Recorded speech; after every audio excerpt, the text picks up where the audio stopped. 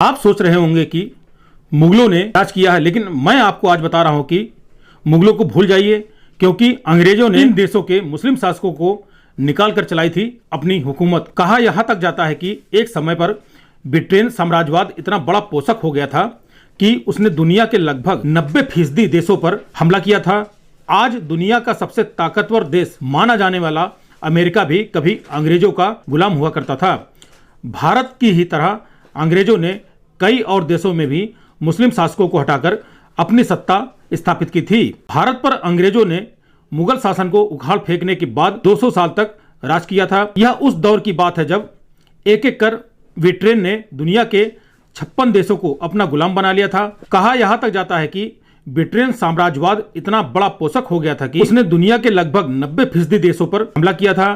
आज दुनिया का सबसे ताकतवर देश माना जाने वाला अमेरिका कभी अंग्रेजों का गुलाम हुआ करता था। भारत की ही तरह अंग्रेजों ने कई और देशों में भी मुस्लिम शासकों को हटाकर अपनी सत्ता स्थापित की थी। साल 1818 तक आते आते भारत पर ब्रिटिश ईस्ट इंडिया कंपनी की सत्ता स्थापित मानी जाने लगी थी। अंतिम मुगल बादशाह बहादुर जफर की मौत के बाद अंग्रेज एकदम स्वच्छंद हो गए थे। इसी दौर में अंग्रेजों ने कई मुस्लिम देशों में भी अपना विस्तार शुरू कर दिया था। भारत में अंग्रेजी शासन शुरू होने से लेकर पहले विश्व युद्ध के खत्म होने के बाद तक अंग्रेज मुस्लिम देशों पर सत्ता स्थापित करने की कोशिश कर रहे थे। इनमें से कई देश उनके अधीन हो गए थे, तो कई देश राजनीतिक, तकनीक, सांस्कृतिक या आर्थिक रूप से उनके गुलाम भी हो गए थे। एकमात्र सऊदी अरब ऐसा क्षेत्र था जो किसी भी तरह से अंग्रेज के अधीन नहीं हुआ था। इन मुस्लिम देशों पर भी अंग्रेजों ने किया है राज। ईरान, सोमालिया, मिस्र, Auckland Island, Bahamas, Bahrain, Pakistan और बांग्लादेश तब ये भारत के हिस्से थे।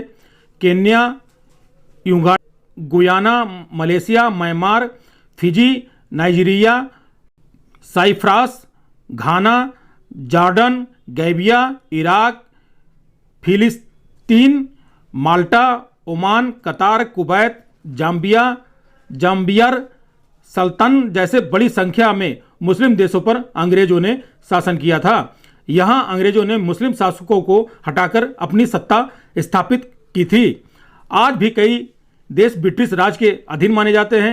एक आश्चर्यजनक तथ्य यह भी है कि आज भी करीब 14 से 15 ब्रिटिश साम्राज्य के अधीन आते हैं। इसका मुखिया ब्रिटिश राजा होता है। यहाँ और बात है कि ये देश एक तरह से अपनी स्वतंत्र सत्ता के तहत संचालित होते हैं। बेहद खास मौकों पर इनमें राज परिवार हस्तक्षेप करता है। इन देशों में Australia, New Zealand, Jamaica, Canada, Papua New Guinea, Antigua, Barbuda, Bahamas, Grenada, Belize, Saint Vincent, Grenadines, Saint Lucia, Solomon Island, Tuvalu, Saint Kitts, Nevis आदि देश शामिल हैं। इन देशों में प्रधानमंत्री और राष्ट्रपति होते हैं, फिर भी ये सब ब्रिटेन के अधीन काम करते हैं। पहले ब्रिटेन की महारानी एलिजाबेथ द्वितीय इन देशों की राष्ट्राध्यक्ष थी। उनके निधन के बाद नए राजा किंग चार्ल्स को ये सभी देश सपोर्ट करते हैं।